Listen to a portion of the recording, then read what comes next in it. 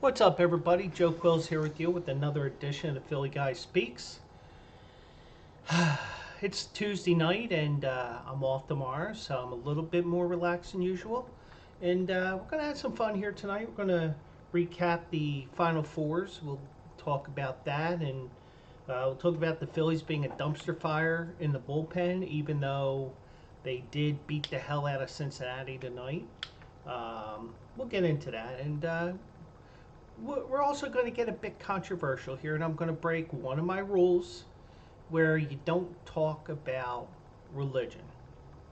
Well, it won't really be about religion. It'll just be, just something I want to do is thought provoking, which is my goal every time I talk to you guys. Sometimes I can be thought provoking, sometimes I can talk like an idiot. It's just the way it is. So we'll just have some fun here on this Tuesday night, and we'll see what happens. And I'll have an announcement coming up in at the end of the show as well. Something I literally just found out about today that actually I just found out about it within the last couple of minutes, and well, it's not really an announcement. It's more a heads up just in case. And that's why you should follow me on Twitter, on Instagram, on Threads at Joe Quills. And we'll we'll confirm it because I just have to clear some things up beforehand. So, but we'll go from there. So, anyways, hope everybody's having a good night out there. Me, another rough day at work, but then again, that's what it is when things are the way they are. But unintentionally, I wore this For the Love of Philly shirt, but that was unintentional. But the Sixers did win tonight, and I turned $10 today into almost 60.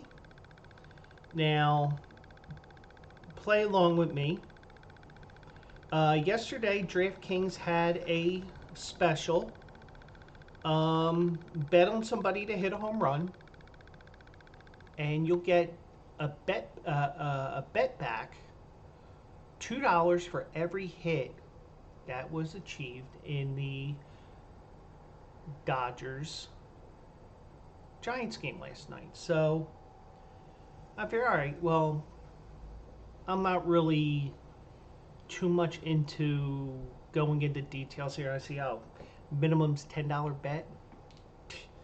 Okay, $10 it is. And that's why I tell you whether it is with horse racing or if you're going to use one of the different sports books. And I showed you last week the different ways you can use, the different ads on the Bleacher Brothers website.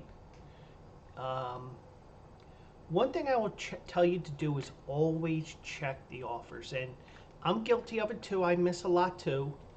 But the one thing I did, I looked early this morning. I was up early, even though I just laid on the couch for like an hour because it was too hot to sleep in the bedroom because of the heat in this apartment. And heat's about to get turned off in a couple of weeks, so won't have to worry about it again until November. But I looked at my phone, and just as I go to DraftKings, because that's where the bet was on, I get a $34 free bet. Thank you, DraftKings, because I turned that $34 into $57.80 because the Sixers won at home tonight in Joel Embiid's return. And when I was sitting here early this morning, probably about 10:30, 10:45, they were hinting that Embiid would be playing tonight, but he wasn't in practice, so it's like, So I was like, you know what? F it, because if I lose $10. I don't lose 34. But when I put it in, the money line was Sixers plus 170. And I knew that I was not going to get Sixers positive money line or that high of a positive money line. So I broke rule number one that I have is, just F it and just put it in there. So I did do that, and thankfully, winner, winner, chicken dinner. So Sixers did win, Embiid did return. I'll get more into Embiid's return here in a few minutes. And, good night for the Sixers. Good night for the Phillies as well. And we'll get to the Phillies as well. So let's start with the Phillies. And the reason why I will tell you that sometimes we will have intellectual talk, not intentional talk, with Sierra Santos. That's her name, Sierra, right? But the one thing I will tell you is that, I don't know whether you call it a double standard or what I was saying Sunday afternoon, but I'm going to play this clip for you guys. And this is from Sports Radio WIP. I actually posted on it, and my buddy Chuck, he said to the statement, is he wrong? Now, the issue that I have is not about the statement, and you'll see what they said. I just thought it was a bit classless because of the way that, bringing up religion like this, but let's go to this here.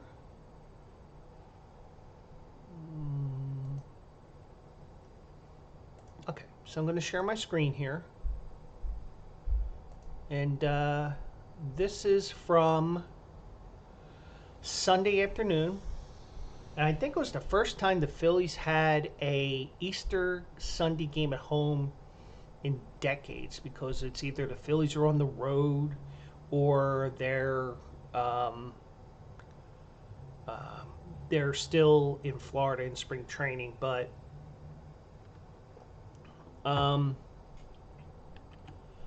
the announcer is Brandon Gaudin, or Gaudin. I don't know how you pronounce it, nor do I care. But he was talking about the resurrection, decided, we're going to throw Philly fans under the bus. Here you go.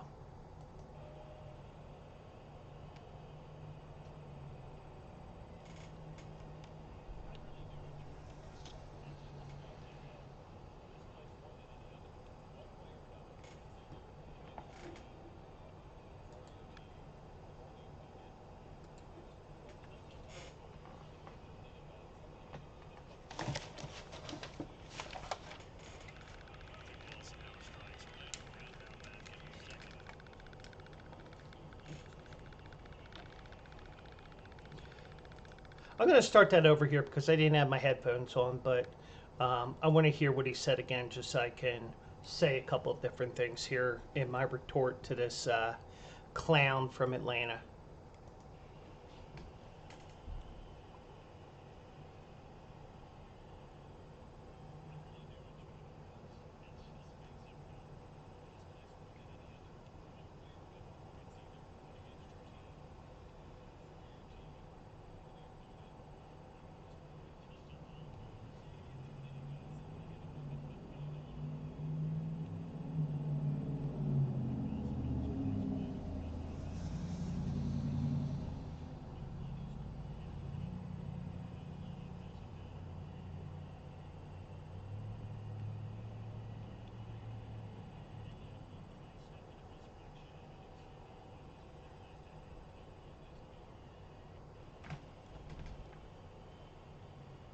All right, so then it loops again. So I want to respond to this because One thing you know about me is I am not afraid of voicing my opinion on certain issues. And being a fan from Philadelphia, sometimes I do have to vent. So, the one thing I will say is this. My buddy Chuck Heineman said, I mean, is he wrong? And he's not wrong. We would probably boo Jesus. But the point that I want to make that annoyed me to no end, that nobody's going to talk about, is the fact that because it was Jesus Christ and Catholicism, because, Easter is a big Catholic thing, you know, but I will still argue that Easter is a bogus holiday because of the fact that it lands on a Sunday every year and, you don't actually get a day off. Well, me, I get a day off on Friday because that's union contracting. That's something different. But I'll tell you what. And I said, and this was the point that I was saying. If this announcer, or any announcer for that matter, mentioned that something that was fringing on Judaism, Hinduism, Muslim, Islam, you name your religion, especially Church of Scientology, because they'll come at you and whatever. But I just wonder if this had been something that was infringing on a different religion, would this guy have a job? Now, first of all, I do want to say one thing. Philly is known for two things. Well, the most important thing is we threw snowballs at Santa Claus. And that story has snowballed for 60 years. Because even now, you throw in a different story about it. You throw something like, oh, we booed Santa Claus. No, we didn't boo him. We hit him with fucking snowballs. And he deserved it. And it's 10:20 if you have the lottery tonight for the first curse word of the night. And I am going to go on a little bit of a rant here because, I feel like it's deserved. First of all, the guy was drunk out of his mind. And it was a god-awful season. It was the final game of the season. And you're also sitting on bleachers at Franklin Field. At least I think it was still bleachers back then. I think it still is now. I've never been in Franklin Field somehow. But miserable year. The city dropped the ball with the snow, probably, or the University of Pennsylvania, or both. And people started throwing snowballs at Santa. Well, guess what? He deserved it. Because he was all unkempt, and then on top of that, he was drunk off his ass. It was a rough season. Everything perfect situation. But people still can't get over 60 years ago. Meanwhile, Atlanta Braves fans, for 3 hours, will do the tomahawk chop for 3 hours, but nobody says anything about that. And also, would this guy have a job if he had said, like the one time I said on Twitter, not on Twitter, I said it on Facebook many years ago, Phillies used to have a pitcher, B.J. Rosenberg. And I said that, and thankfully back then, you could get away with saying stuff like this. And probably today, I wouldn't be surprised at Facebook because of those ass clowns that are there. Because, I posted something today, yesterday about loser Americans, something or other. And they said, well, we've been taking posts down like this. I'm like, go right ahead. I'm sharing this. But I've been put in timeout, which was a very ineffective timeout because I couldn't go live on Facebook. Well, guess what? I never had gone live on Facebook before then, you dopes. I won't be surprised, and I wouldn't be surprised if somebody in my Facebook friends decided to look up just search the word Rosenberg and Passover, because I said many years ago and you know, I said, oh, Rosenberg honored Passover by allowing 3 baseballs to pass over the fence. Now I wonder if I had said that, or Gaudin, however you pronounce his name, or Tom McCarthy, or insert famous play-by-play announcer here, would they have a job? Probably not.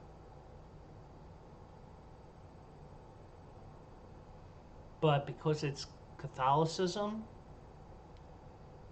because Catholicism is a dead religion if you think about it, because the church gets smaller and smaller, churches are merging together, churches are closing. I mean, my old grade school is no more. Many high schools that I mocked over the years, like North Catholic, they're no more. North Catholic is now a charter school. Yeah, and that's even funnier to me, because if there's only one thing I hate more than North Catholic, and that's charter schools, because charter schools is just a place to hide your kid for 4 years, in my opinion. But if you're going to say something that's going to get you into trouble with Judaism, with Islam, Hinduism, Mormonism, you name the religion, you know, there's so many different religions I couldn't think of them off the top of my head. You say something that just isn't right, you're going to get hit. And if you're apologizing during a Phillies game, I guarantee you Nick Castellanos is going to hit a home run. Ask that former Cincinnati Reds play-by-play guy whose name escapes me. You know, he's apologizing for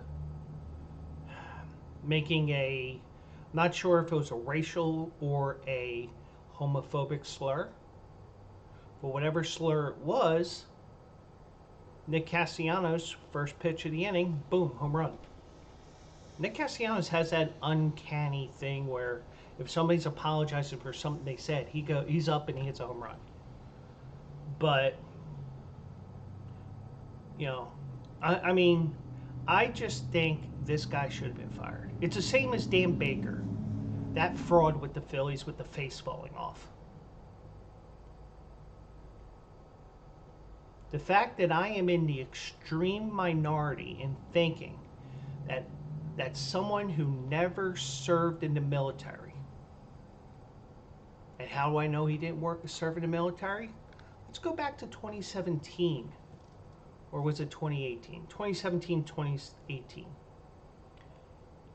They had a Hall of Fame, Wall of Fame ceremony, which turned into a salute to the alumni because of the fact that Pete Rose was found to have had an affair in the 70s with an underage kid. So it's like, well, let's get him on the Wall of Fame, and then, you know, we can sweep him under the rug. So the reason why I know that Dan Baker did not serve our country, no matter how great or how pathetic you think it is because after an emotional ceremony, because of the fact that the incident in Charlottesville happened that day, the riots in Charlottesville, Dan Baker goes through his routine, and it is a script. And I've had this argument with people before. And, you know, and even I have a cousin who was in the Air Force for however many years, and I respect him, you know. and even brought in some good points here. It was like at the time I started railing about Dan Baker, he said, well, just to let you know, at that time, he said, I do not, you know, it was just within the last couple of years that you were allowed to salute the flag when you were not in uniform. Didn't know that? Appreciate it. It's kind of like the whole Colin Kaepernick thing, and I got a story here tonight that rivals the Kaepernick thing with the stupidity with everything that goes on with Kaepernick and everything that goes on with the story I'm going to mention. I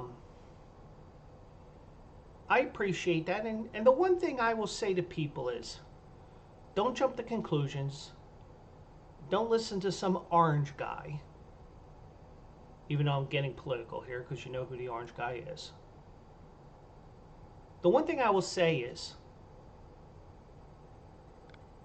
make an informed decision based on your assumptions, and sometimes your assumptions will be wrong, and sometimes your assumptions will be right. I just think that, especially with this, to tell someone to salute the flag when you have not served is an insult to our military. It's an insult to our veterans.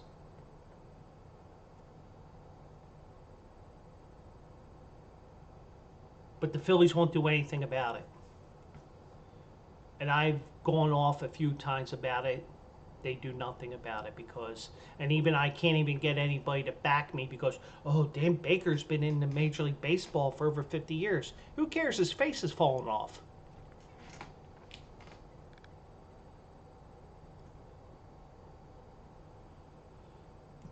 But the fact that he just does this, and then in 2017 he does his spiel, please rise, veterans please salute, blah, blah, blah, this, that, and the other thing. Gary Maddox, a Phillies legend, and I'm not saying that as a joke. I'm saying that as a fact because he is on the Wall of Fame. He won a World Series with the Phillies, well known from the 1980 season. Also played on the 1993 team. Also played in the playoffs in 76, 77, 78, I believe. He's standing there behind Dan Baker, saluting the flag, but Dan Baker's not. So Dan Baker's one of two things. He's either a say as I do, not do as I say, not say as I do type of person,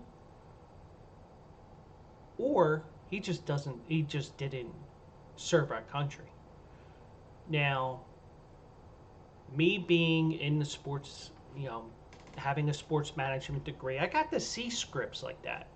I got to see the Sporting KC thing because the teacher I had in the one class, event management or whatever it was, he was with the Sporting KC at the time. Almost said the KC Wizards, which was the first name that they had, or the Wiz actually. But the point is, if you've been in Major League Baseball or with a organization 50 years, I think you can say, this doesn't sound right. And especially when you don't salute, that's a big problem. But there's a big problem when somebody that is misguided as this Gaudin guy decides, I'm going to make a joke about Philly fans. I'm going to make a joke about it on Easter, and we're going to use Jesus as well. Now, I'm not a religious person. Trust me, I'm a non-practicing Catholic. I think Catholicism is a great thing because you can teach your kids what's right and what's wrong in the world, and all you basically got to follow is the 10 Commandments, because the 10 Commandments, they're basically everything that covers everything that's in law for the most part.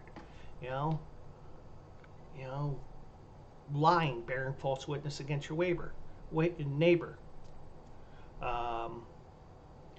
Having an affair with somebody. coveting your neighbor's wife. Murder, thou shalt not kill.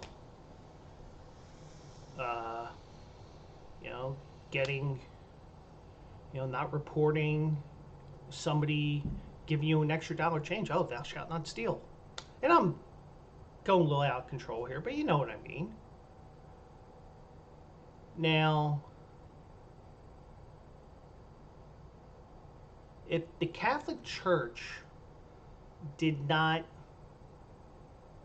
have its issues over the last 20 or 30 years, you probably have a stronger church, and you probably have more followers that are offended by that statement.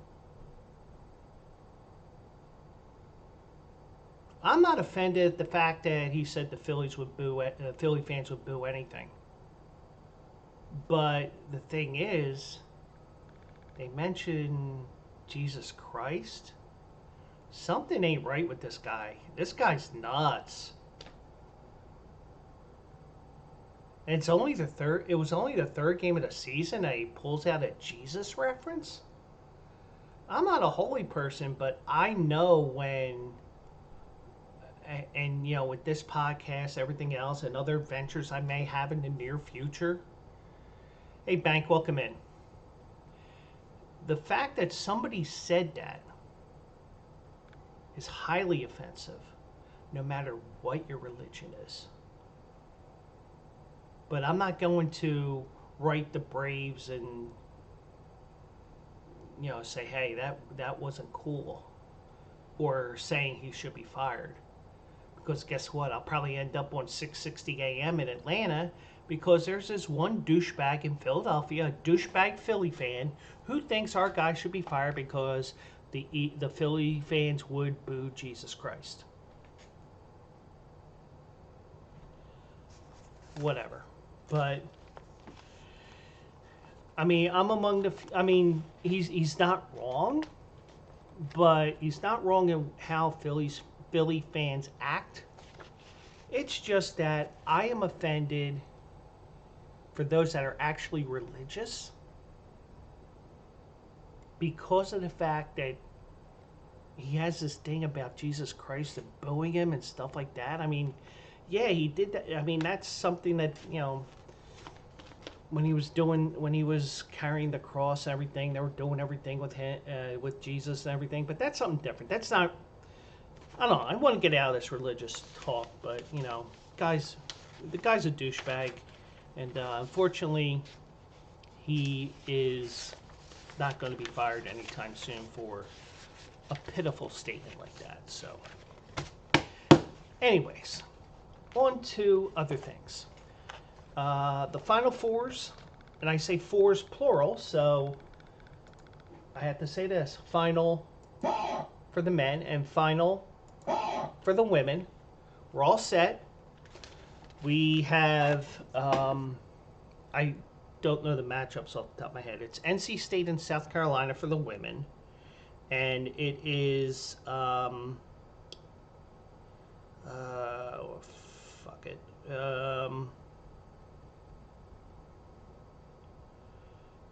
for the women, it's North Carolina State and South Carolina, and you had UConn and Iowa. Great second matchup. Paige Beckers, Caitlin Clark. More about Caitlin Clark a little bit. More about the games last night. South Carolina going for a perfect season. I kind of hope for South Carolina to win, because Dawn Staley is a Philly girl. Played at Dobbins Tech, ended up at University of Virginia, played professional ball overseas and in the WNBA and ABL, I think it was back then. So you got that. And then in the men's matchup, you have NC State and Purdue. Purdue is favored by 9. And Alabama and UConn, the nightcap, and that should be a great game. And hopefully it is, because UConn has been steamrolling everybody in the tournament for the last 2 years. 10 games in a row where they've won by double digits easily.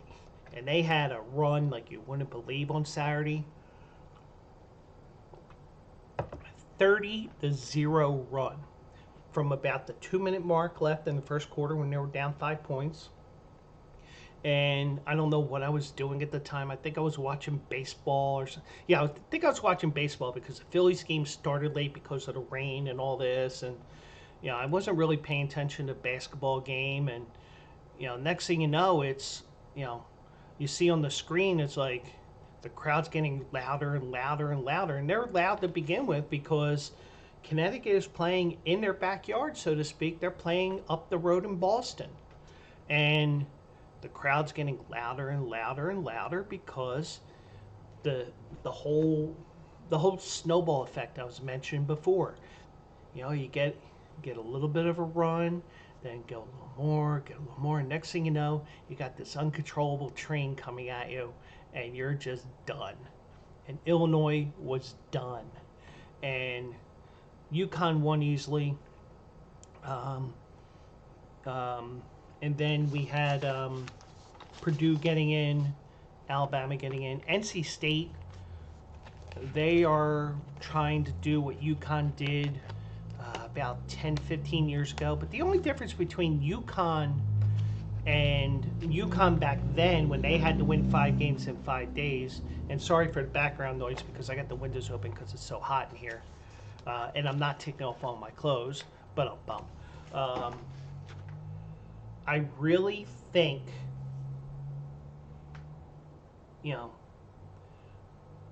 NC State will be an interesting matchup because you have Zach Edey, and I've said something about him on my Facebook page. I'm not going to repeat here because it's derogatory, especially when I went off on the guy talking about how the Phillies and Jesus and all that crap.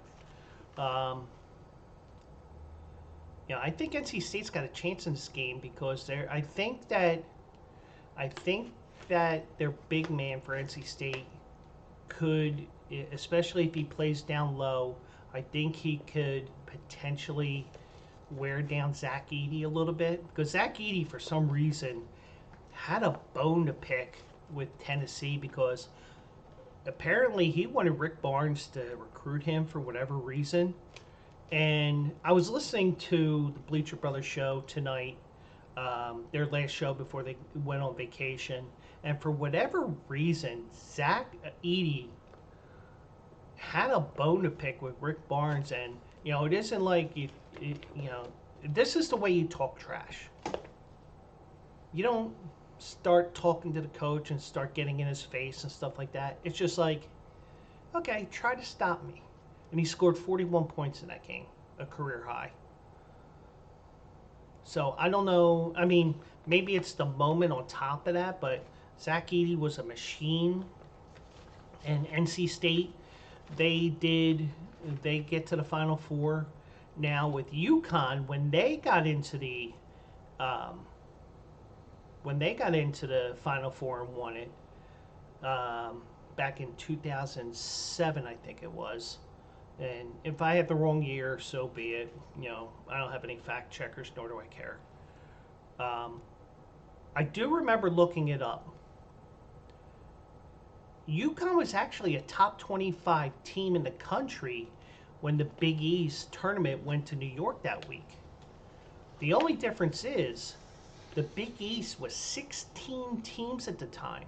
So they had to win 5 games to get in because they had to play 4 games on Tuesday, 4 games on Wednesday, 4 on Thursday, 2 on Friday, the semifinals, and the final. Because they were the 9 seed, because there were so many teams in, Big Ten. Good luck figuring that out next year because you're probably going to have like a 14-way tie for 7-7, 9-9, whatever, however many games that they have. And good luck figuring out that tiebreaker. That's why I'm glad I'm not a conference administrator where we have to figure out tiebreakers. Because guess what? I'm just throwing darts. Boom, you're the 6 seed. Boom, you're the 7. You're the 8. But I missed for the most part the Iowa LSU game, and that's because I am loyal to my Philly teams. And yeah, well, because I have 2 computers here. I have one here that I'm talking to you on, and I have the computer here where I play my sound drops. All right, I was a little off with that second one, but so I have two computers here that I can do different things. So I had the Phillies game on the TV last night, which was not a good idea, even though I did have the Phillies over 8 runs and I needed that 10th inning to get over. Thank you, Connor Brogdon. More on the Phillies bullpen in a little bit. I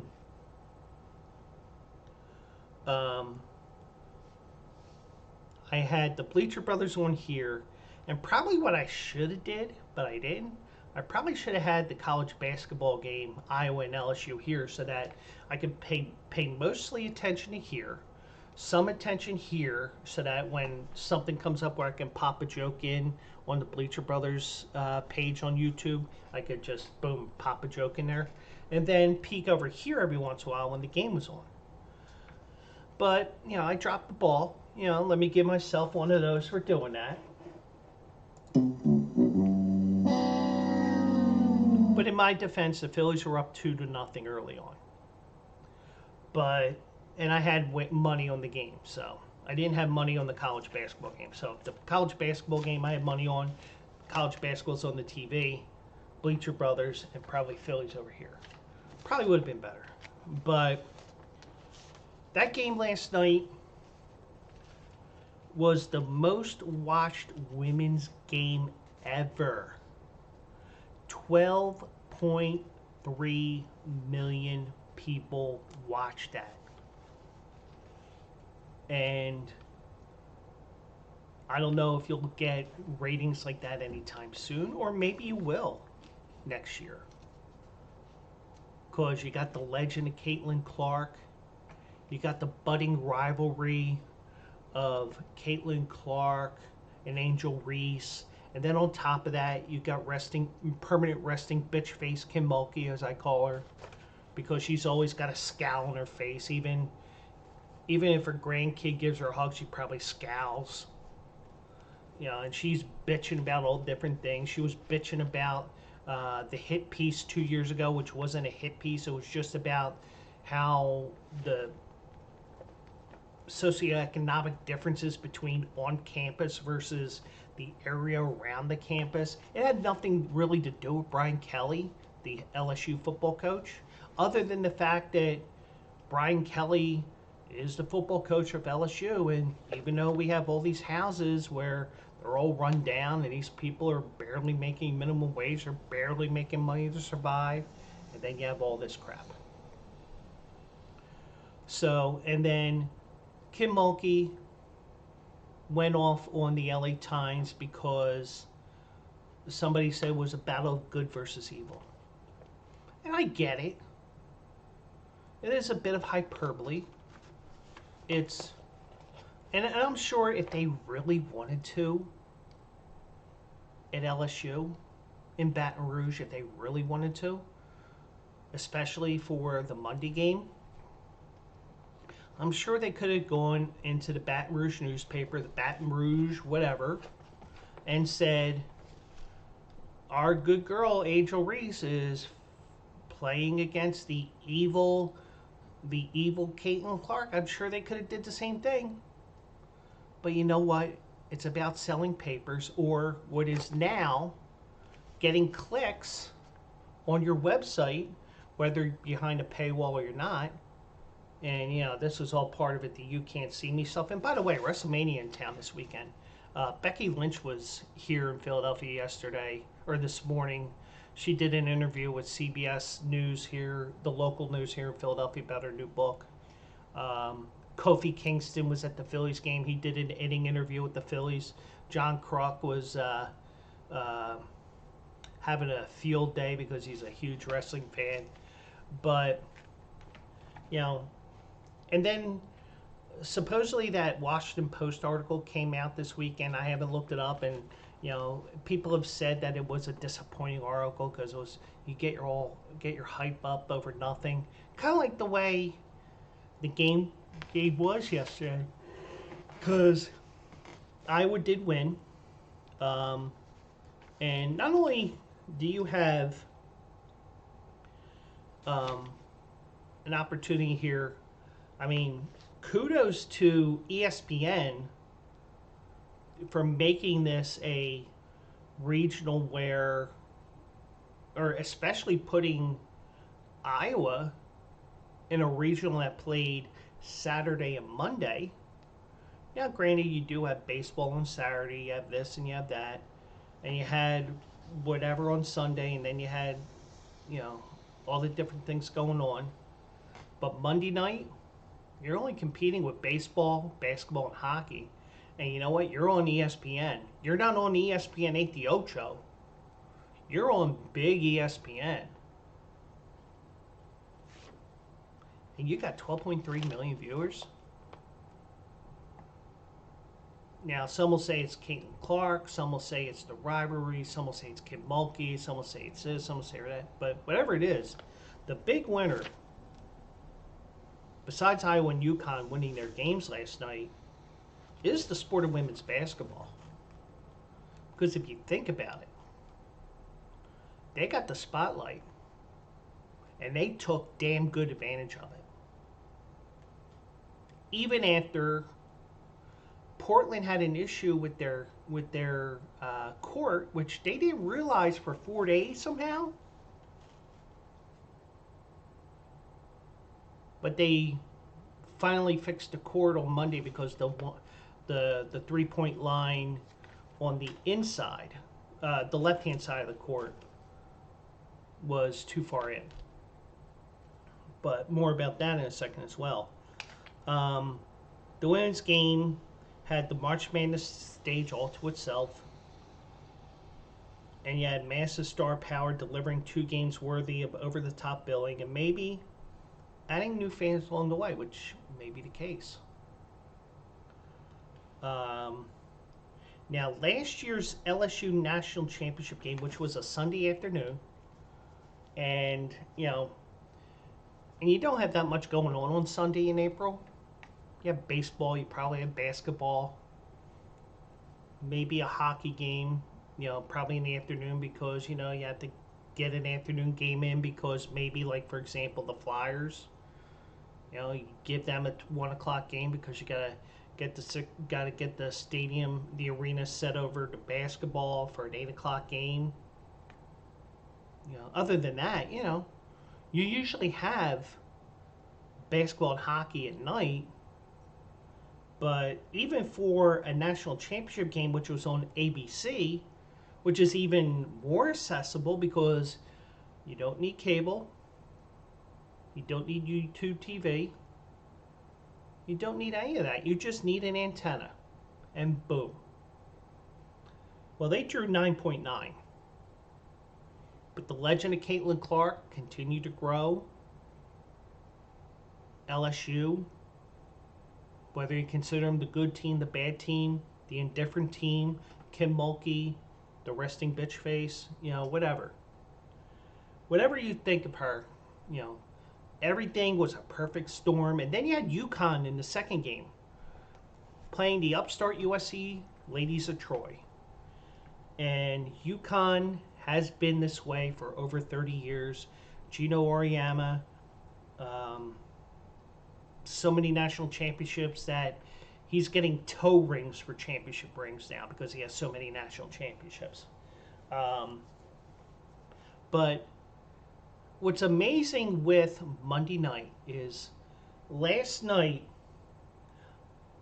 they drew all those viewers, and you had Ronel Blanco throwing a no-hitter for the Houston Astros against the Toronto Blue Jays. You had Devin Booker scoring 52 points, but everybody was tweeting about the college basketball game. Damian Lillard and Patrick Beverley were tweeting about Watkins and Clark. Watkins being, who the heck was it? Juju Watkins, who's the freshman sensation from USC. So you had all of that, but, Even Josh Hart, the New York Knicks forward, who's a Villanova alumni. Caitlin Clark, the Truth. Um, I mean, you go into bars, women's games on Monday night were all over everybody's TV screens. Um, there was a longtime basketball referee from New England named Clara Husson. Not only did they have all the TVs on the game, we had them with the sound on too. Um, she had missed her morning flight from Indianapolis to Boston after a weekend wedding and was given two options for a rescheduling opportunity: Monday night or Tuesday. She chose Tuesday. I wasn't missing these games, she said, and good for her. And, Bank Boy and I, and, quite a few others were on Bridget Case's page and all slash FanDuel, because when she does these college basketball and when she goes back to football in the fall, she streams on FanDuel because she is a FanDuel creator, for lack of a better term. And I'm sure Bank Boy may correct me with the correct term, and whatever. I don't mind being corrected as long as it's, hey Joe, you're an effing idiot.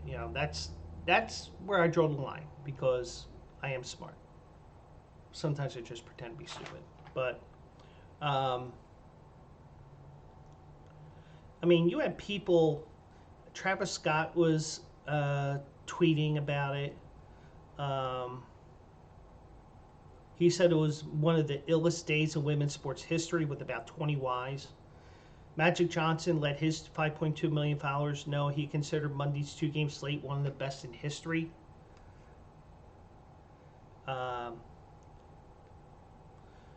Jay Cornegay, who is the president of race and sports operations at Westgate Las Vegas, and even though you do have Circa now and you can watch the games in the pool and all that stuff, they got the outdoor screens, so I haven't been there yet.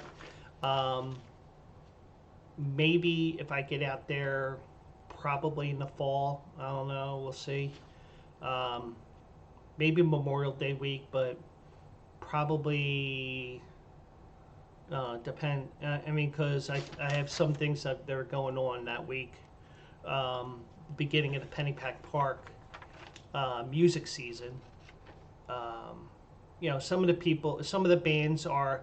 I mean, it's all rock tribute bands, and what they do is they do all the hits that the bands did, and we raise money for music in schools in the Philadelphia area. Even though I think the PA, the MC for the night is a real douche. Word of the day, douche. But Jay Cornegay, president of Race Sportsbook Ownership at Westgate Las Vegas, and I'll tell you, if you go to Vegas, step into the race and sportsbook at the Westgate. I got two words to describe their sportsbook: sensory overload. They got a board.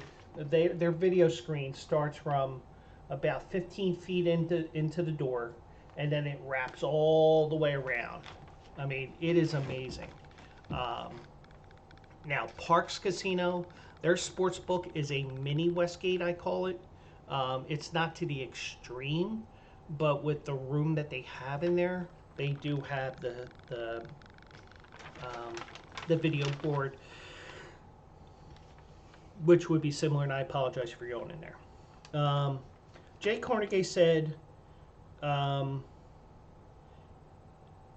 it's the biggest handle we've seen for a women's game.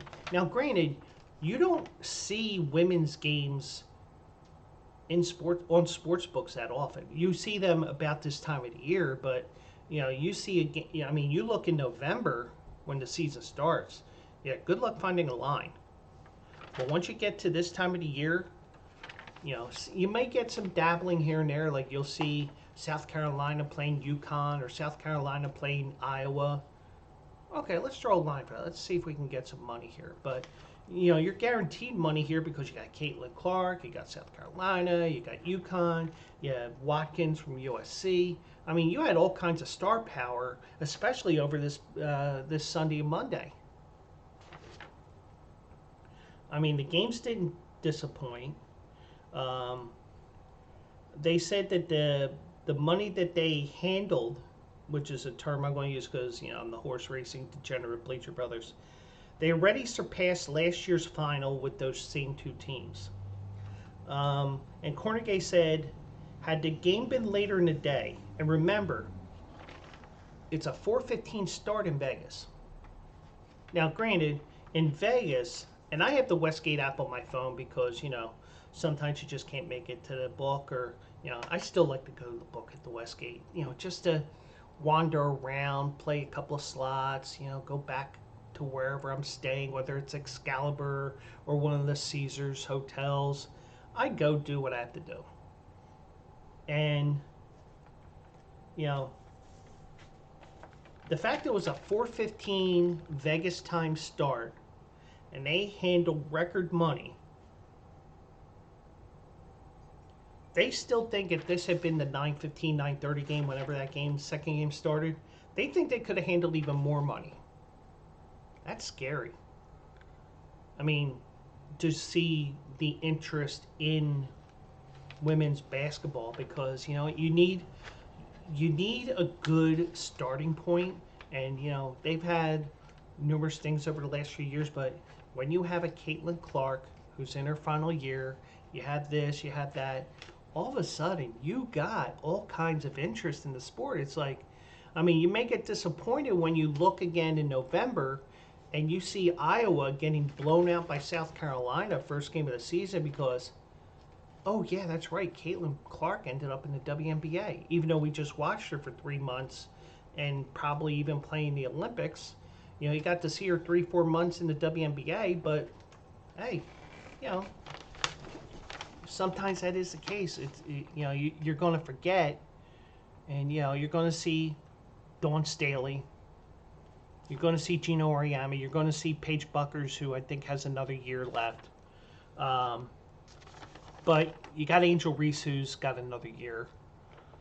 But little by little, you have to build on this. And the way the season has been for women's college basketball, the magnitude of what that game meant. I mean, even though this was a regional final, sorry, I refuse to call it Elite Eight because technically it is a regional final. In a way, not because it's black versus white, even though Larry Bird was black, Larry Bird white, Magic Johnson black. Let me give myself one of those. Caitlin Clark white, Angel Reese black, and it's not about that. It's about the star power. Angel Reese had a monster game too. She had 20 rebounds with her 17 points. Caitlin Clark scored 41 points, 9 3-pointers. I mean, even if you have, and especially because if you're an East Coast girl, 7:15 start, and you got school tomorrow, most likely, because public school went back to school on Monday here in Philadelphia. I guarantee you, a lot of the girls that want to watch women's basketball, I guarantee you they sat there and they were cheering aside, whether it was Iowa or it was LSU.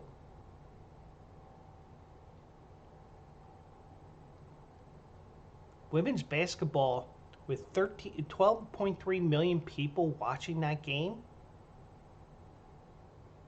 I think the NCAA got very lucky that they put LSU and Iowa in the same region and they ended up meeting. Because I'm not going to lie, I had LSU losing to UCLA. Well, at least when I wagered. Because it's sometimes, I mean, it's kind of like, I say it a lot of times with, especially with the NFL. You don't always get that dream Super Bowl matchup. Well, you kind of did this year, but it took a game going into overtime to do that. I mean, they had to break the controversy that was starting to brew of um, all the people that were saying that the NFL was fixed because last year's game was green and red for a logo. Oh, the Eagles wear green, the Chiefs wear red. Then 2 years ago, orange and yellow because it was out in LA. Conveniently, it was the Cincinnati Bengals and it was the LA Rams. They had to do something to stop the conspiracy theorists. Now, what they could have did, because Kansas City wears red, because the thing was red and purple, you could have said, well, if you're going to have a conspiracy theory after Kansas City beat Baltimore, which we didn't surprise me, but in a way it did, you had an opportunity to get Detroit in the bowl, and I would be arguing, well, it's not purple, but it's blue. Blue is red and blue. Purple is red and blue. So if that's the case, then But you kind of, I mean, for the conspiracy theorists, I'm sure there's now a conspiracy theory that, oh, by the way, we didn't get what we wanted with the colors, but guess what? We got two teams that wear red. Red's in the logo. Whatever. But either way, great game. Now, there was a bit of controversy in Portland. And if you saw the game on Monday night from Portland, UConn and USC, notice on Monday that you had the different hues of brown on there, and I hate it. Just put one color of brown on the court and not have like two different shades or 15 shades or the time I went to the Home Depot and I asked them for their 50 Shades of Grey collection in the paint aisle. That got me banned. But not really,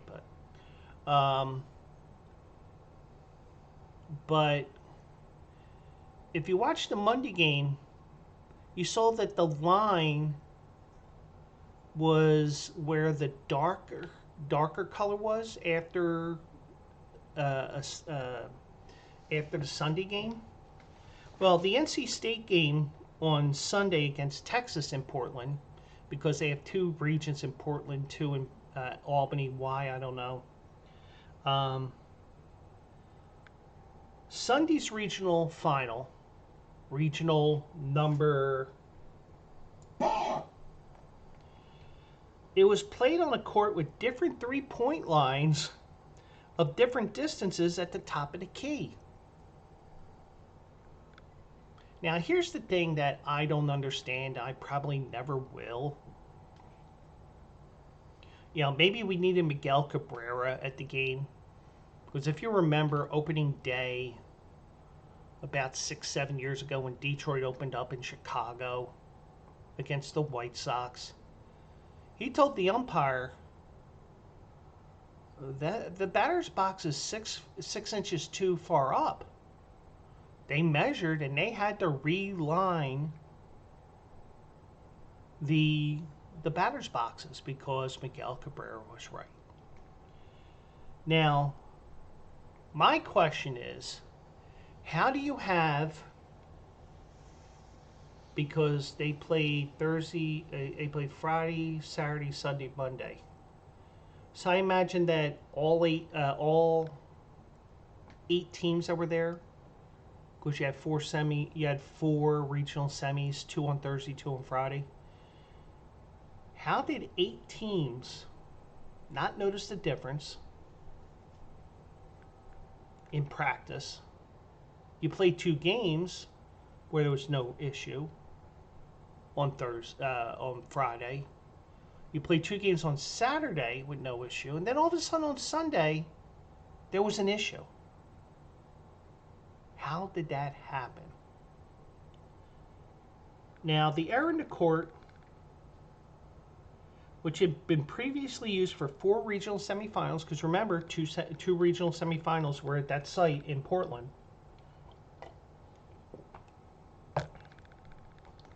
was discovered prior to Sunday's game. The 2 head coaches, NC State's Wes Moore and Texas' Vic Schaefer, not Vic Stauffer, who's a friend of mine on Twitter, were notified with the countdown clock on ahead of the scheduled 12:16 p.m. Pacific Daylight Time start time. I'm purposely saying Pacific Daylight Time because so many people still think, oh, I'm cool. This show, Joe's stream is going to start at 10 o'clock EST. No, dumbass, it's Eastern Daylight Time. But anyways, video showed both coaches pacing off the distance to the painted three-point lines at each end of the court. According to Wes Moore, the line in front of his team's bench, which was the left side of the court on the TV screen, was noticeably shorter than the standard distance of 22 feet, 1.75 inches, from the center of the basket at the top of the arc, while the other three-point line was correct. NCAA representatives gave Moore and Schaefer the option of playing with the discrepancy in the three-point lines or waiting for them to be remeasured and retaped, a process that coaches said would take more than an hour.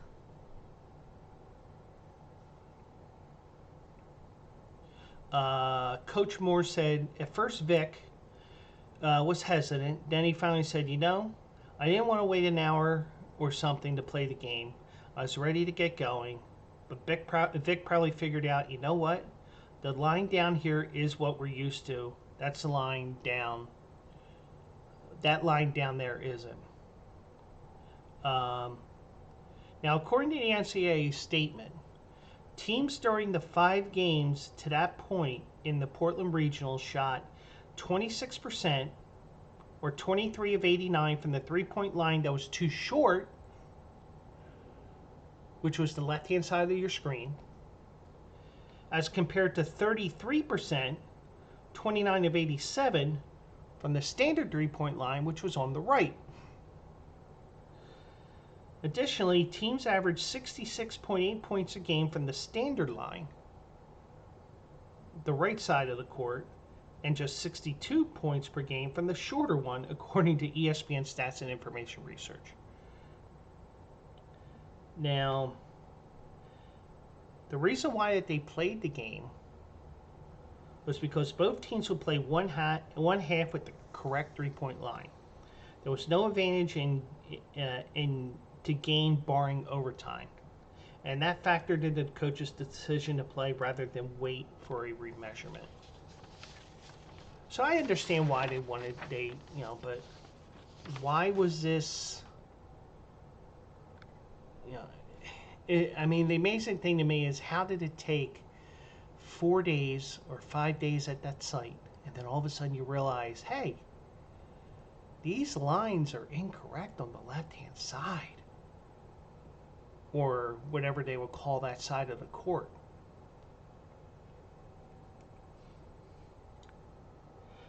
Schaefer had said, at the end of the day, we had already played a game on it. We both won, so we just decided to play.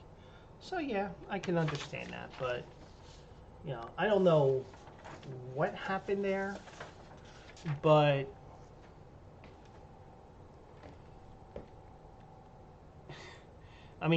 everybody says, oh, that's women's college basketball for you, because there was a controversy in 2021 where when the women had their NCAA tourney, I think it was completely in San Antonio. They did everything. They gave them a weight room, which was basically not even whatever that female only fitness place is. Curves. It wasn't anything. I mean, these women, they want to lift a little bit more. They're used to doing whatever they do on campus. You try to get them when they're away from campus, especially at a tournament site like this. You try to give them as much as close to home as possible in terms of weights, exercise equipment, whatever. But um, but I don't know how this happened. Now, obviously, they just retaped the lines and they were ready to go. And it did look a little weird watching that late game because I figured what they would just do, and of course I was wrong with my assumption. I made an ass out of myself, but not out of you. I thought what they would do is they would truck the the floor that they had in Spokane last week, whether it's the men's or the women's, plop it down, and be all set for Monday night. No, we have a much easier way. We'll just take the tape off, put the new tape, boom, done. Um, Now, if they had noticed it was the first game, then maybe they probably would have said, we ain't playing on this. Even it out. But because it was the second game, they already played a game on the site and didn't even know it, where everything was wrong. They did it, so. Um, so, we're in the Final Four now. And you know what? I'm going to do something here. Okay? I'm going to do one more thing, and I'm going to do something that I have not done in a while. And I am going to pull this up here.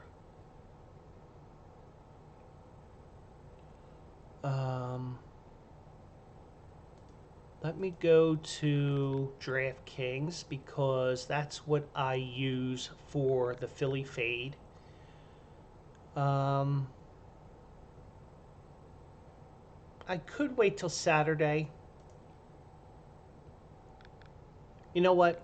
The heck with it. We'll wait till Thursday night. We'll take a chance at it. But anyways, Thursday we'll have a Philly fade. And that is where I give you a pick. And you decide, do I want to play it or do I want to fade it? And with this pick that I want to play, the question is, do you fade one? Do you fade both? Or do you fade neither? That's what's going to be fun about Thursday show. So, Joel Embiid returned tonight in the Sixers win against the Oklahoma City Thunder. Embiid played 29 minutes tonight. Probably a couple of minutes more than what I would have liked. But he had 24 points, 6 rebounds, 7 assists. Only 6 rebounds? I thought he had a couple more than that. Played 29 minutes. 12 of 12 in the free throw line.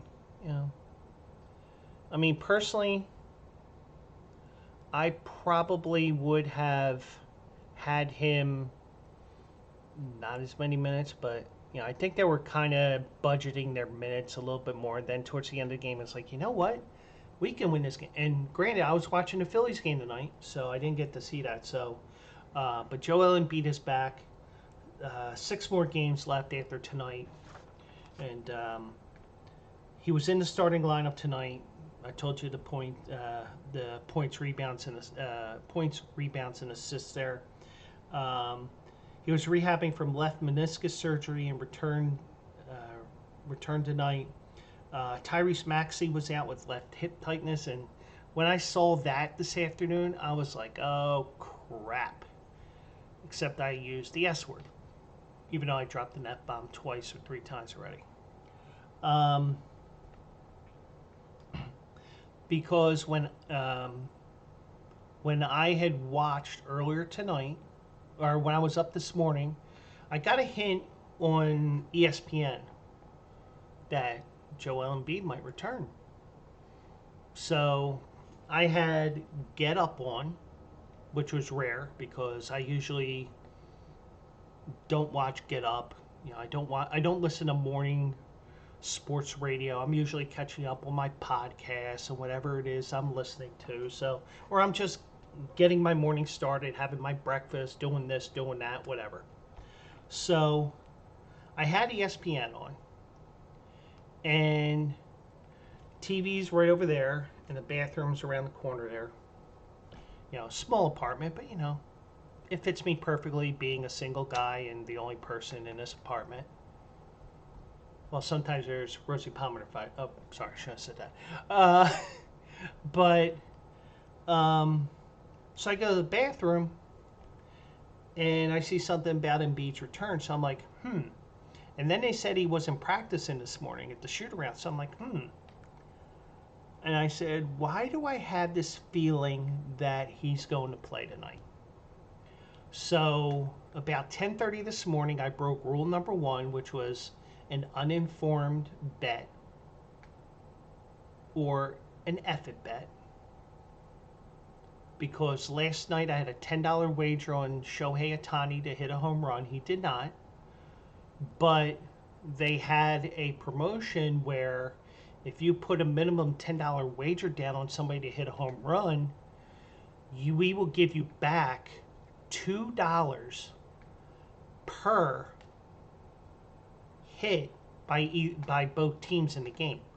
So the Dodgers had 9, the Giants had 8, 17. That's $34. I'm like, it's free money. Let's do it. $34. Sixers money line plus 170. Boom. So I see Maxi's out. So I'm like, should I have done it so early? Because that money line will probably go to plus 200, even though Shea Gilgeous-Alexander was hurt. I'm thinking, did I make a mistake here? So right before the start of the game, I had Twitter up because I'm tweeting about the Phillies, and Bank Boy can attest to it because was tweeting while I was working. Just don't tell my boss. I told him, I said, I was joking on there. First thing I joked about was Garrett Stubbs took a ball to his little stubs, so to speak. That would be his testicles. And I joked around. So you can joke around when you're my age and you've taken your share of shots to the balls. I said earlier tonight, and I am pulling it up now.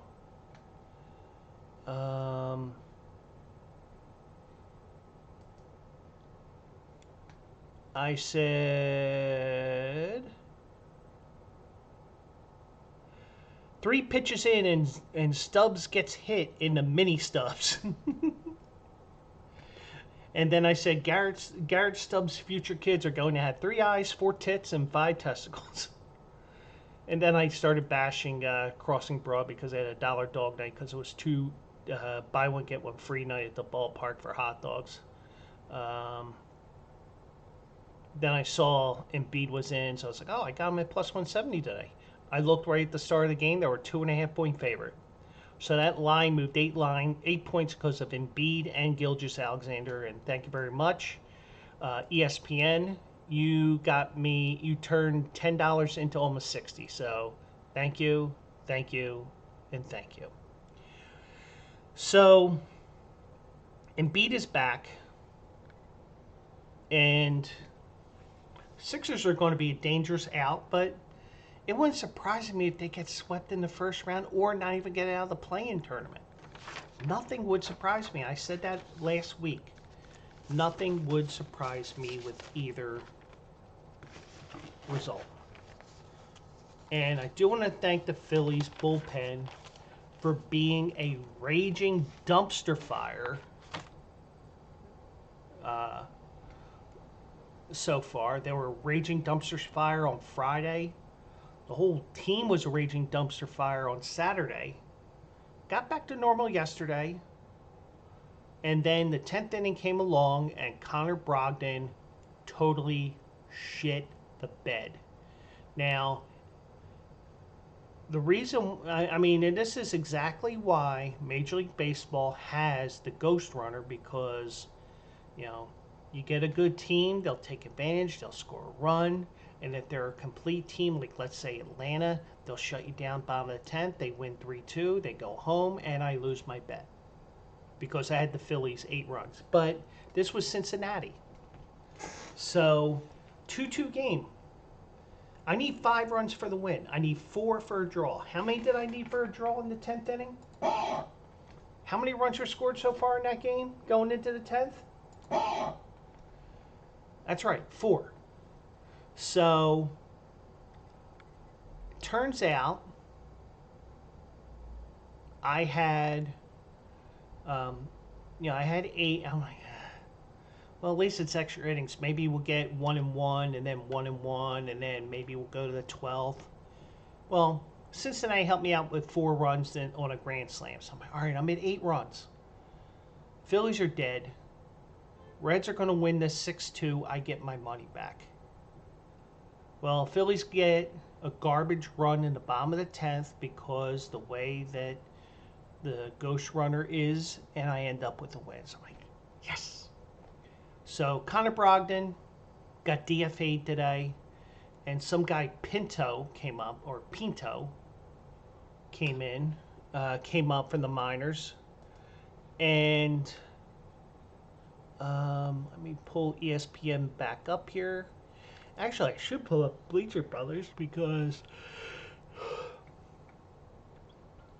Bryce Harper went crazy tonight, 3 home runs.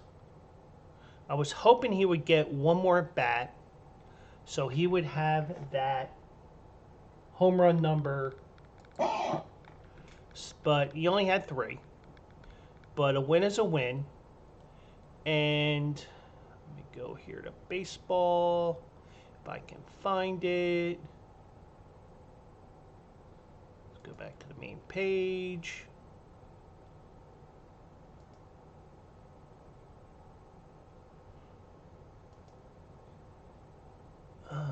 You can tell this is great podcasting, by the way. NASCAR, boxing, tennis, horse racing. If baseball is... Oh, no, it's right over here. Okay, duh.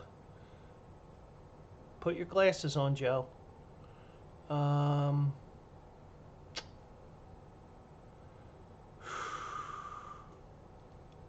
yeah, that's right.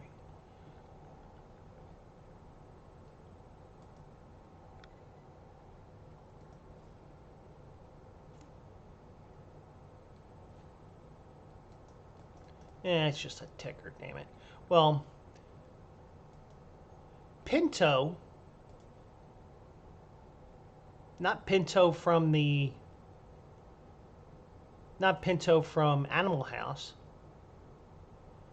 but Pinto,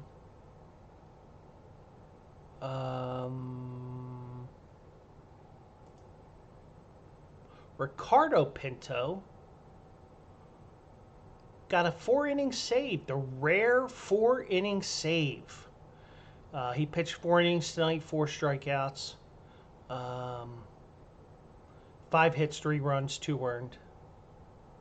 So, I don't know if he was playing to be a starter or a reliever, but he did the job tonight, took the bullet for the Phillies. And thankfully, Bryce Harper was there with 3 home runs. He becomes the 60th, 6-0, player to hit 3 home runs in a game, and one of those being a grand slam. But the bullpen needed that break tonight after the disaster that was the weekend with the Atlanta Braves. And I was on here Friday afternoon doing the sidecast. And Philly's got an afternoon game tomorrow, allegedly. I say that because it's supposed to rain all day, and the Phillies have an afternoon game. Both teams are off on Thursday, so I'm thinking if there's a rain out, they play tomorrow. Because this isn't your father's or grandfather's MLB where you play each other 12 times out of division and 18 times within your own division. Remember those days? You get 3 games here, and I think you play 3 games in Cincinnati. You might play a 4th one there. But whatever it is, Phillies bullpen needed that break. They got it. Phillies were a little limited last night because Rob Thompson was questioned. Well, why didn't you put this guy in? Well, why was it this guy? Well, Soto was unavailable. This guy was unavailable. We only had this and this left, and Nelson had to come in because Brogdon couldn't get it out of a paper bag, and Brogdon is out of options because the one thing I was saying, and I'm glad I didn't say it, even though I did say that they did trade in a Pinto for a Pinto, meaning the car for a guy named Pinto. But you did have a team who needed that break. And you know what? Now we'll find out this week because you have Washington this weekend. You got the one game tomorrow, which may be Thursday. And the weather isn't supposed to be that great on Thursday either. But it clears out just in time for you WrestleMania fans. So maybe a little chilly. Maybe my girl Bailey will be showing off some headlights. But maybe even Io Sky, bling, as well, because it is going to be cold. But you do have WrestleMania this weekend in town. So, and I argued on somebody's Facebook page, and it wasn't an argument. It was just a random thought, which made sense, but didn't when we had that rain out last Thursday. I said, if WrestleMania wasn't in town, this Phillies Braves game would probably be in Atlanta instead of Philly. But you got to get the game. You have to put the Phillies somewhere, and you don't want to have the Phillies on the road for 9 games to start the year, or 10 if you have them on a 4-game series to start. If you start them off in a non-divisional opponent, like let's say Cincinnati. Now you get the 6 games at home. And then you go down to D.C. So I said, hey, if it wasn't for WrestleMania, they wouldn't be here in Philadelphia. Because I think MLB did try to do something a little bit better this year, and trying to have the warmer weather sites and the dome stadiums hosting on opening day because it can still snow. I mean, I did see that the UP of Michigan was under blizzard warnings today. Cincinnati, if you use my theory that you just flip it and have the Phillies in Cincinnati, they're probably not playing tonight. They're probably not playing tomorrow because guess what? They have severe storms there tonight. But the Phillies did win tonight. They did get that break, and I think we'll see over the next week or two. And I don't have the schedule. I should have a printout of a schedule here, just so that I can refer to it every once in a while instead of going to the website and looking like want to show you my forehead, my 6 head, not a forehead, not a 5 head, a 6 head.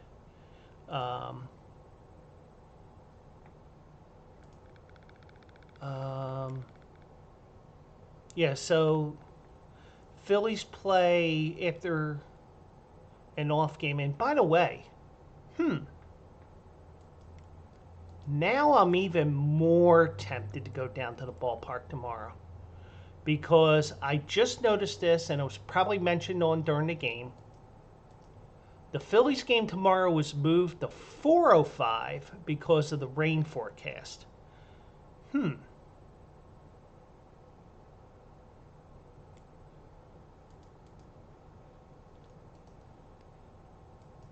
Now I'm tempted because I can go to the casino there, or I can go to Xfinity Live and have something to eat there, or I could go to the Turf Club, bet some horses. Go, horsey, go. I don't know. I'm probably not going to do anything because you know what? I got stuff that I've been putting off in this apartment for months. Probably do that. So, but just looking at this, you got Washington, you got You got the Cardinals for 3, and then you got the Pirates for 4. Pirates are going to be a good early test because Pirates are my pick to win the NL Central, and they are 6-0, I believe. I think they won again tonight. Let me double check that here for you. And I don't want to pull that because that's my horse racing article for tomorrow and I got to work on.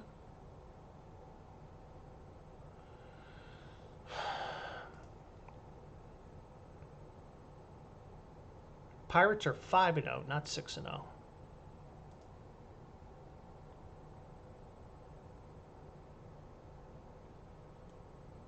They are off today?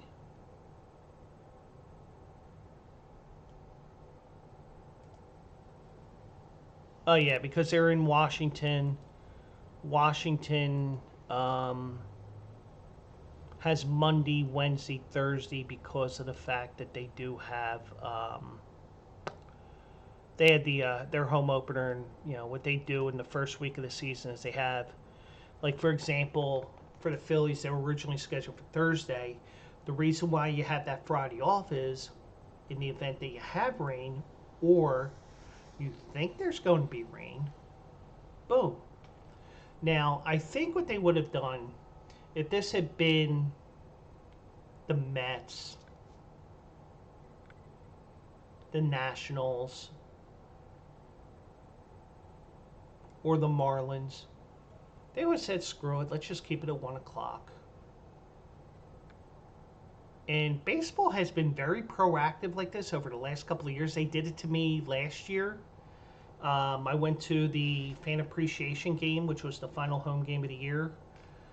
This year's fan appreciation game is not on a Sunday this year. It's like on a Thursday, which sucks for me because it's a day that I work and I don't think I'll be able to get off.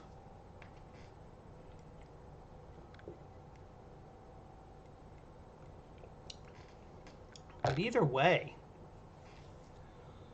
Major League Baseball is doing whatever they can to get these games in. I think what they want to do is they want to get the game in tomorrow, meaning Wednesday, and not hold the teams up to getting that day off. Now, granted, but the way that the baseball schedule is, even now, they do work extra. They do have additional off days now in the season. That's why you start off 4 days earlier, except for the Braves and not the Braves, the Dodgers and the Padres when they start out in Korea. That's a totally different matter. But the Phillies now are a 4 o'clock game on Wednesday. Now I'm tempted to go. Or do I got to get up extra early tomorrow so I can get stuff done around the apartment? We will see. But anyways, so that will be it for this episode. And, I have that announcement. I do have to talk to AJ because he called me while I was working. It was just a heads up on a couple of different things, and it's not things that are going to be public. But AJ made the announcement that the Bleacher Brothers show, for when they return from vacation, which is on April the 15th, and that's a real taxing day, but the Bleacher Brothers are going 6 to 9 p.m. So I'm not totally committing to this yet, but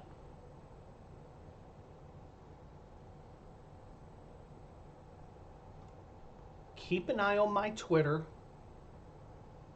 keep an eye on my threads, keep an eye on my Instagram, and those that are Facebook friends with me, keep an eye on there, because the reason why I do a 10 o'clock stream is because I do not want to step on the toes of the Bleacher Brothers, because I'm a team player, contrary to what some people may think. I will do, I start at 10 because that way I can do 10 to 12 or 10 to whenever I finish. Sometimes it's later, sometimes it's sooner, like it will be in a few minutes here. Um, what I'm going to do, and it may draw more people in here because, like Bridget Case says here, like she said, when those streams go to 12:30, 1 o'clock here on the East Coast, and she's on the West Coast, the one thing she says is, I understand the East Coast, and it's real late and blah, blah, blah. I know it's late. But the thing is with me, I know I do have friends in Vegas, even though I haven't had them come in yet. Um, if everything goes according to plan, on Tuesday the 16th, barring any changes, I may be starting at 9 o'clock instead of 10 o'clock. Because even with that, maybe I get some of the Bleacher Brothers on here and we can go from there. So,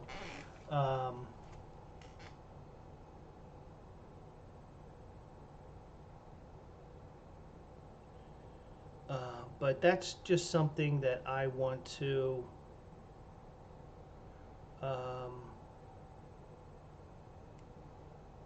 but that's just something that I want to mention to you guys is, you know, um, when the 16th comes around and you see 9 o'clock Eastern,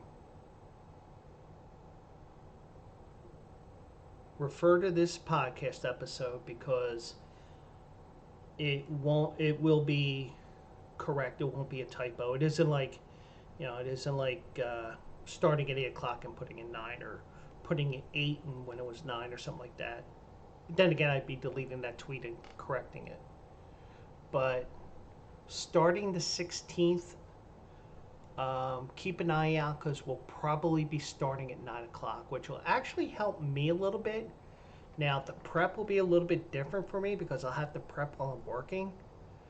But when 9 o'clock comes around, I got different options here. I could go a little longer if I wanted to and not be too late because, the toughest part is doing the post-show work. And, with my ADD and everything else, sometimes I don't get that podcast and video up until the next day. But yeah, so be on the lookout. We're probably going to 9 o'clock on the 16th because the Bleacher Brothers is going to be going 6 to 9 p.m. So just a heads up. So if that happens, and if we stay at 10 o'clock, we will. And I think even if I were to do different things with this show and podcast and everything, I think I can do it with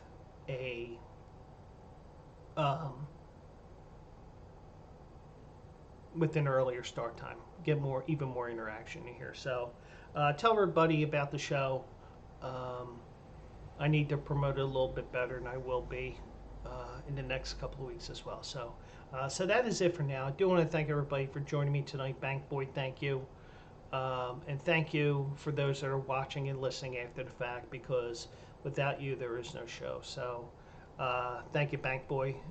Bank Boy says great stream. And, keep an eye out at Joe Quills. I'll keep you up to date and hope we're leaning towards a 9 p.m. start on the 16th. I will update you in the days leading up to that. So that's it for now.